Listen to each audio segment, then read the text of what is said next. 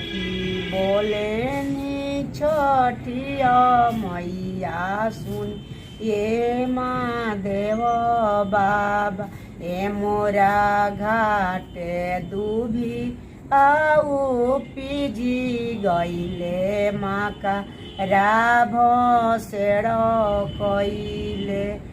ए हंसी हंसी बोली ने महादेव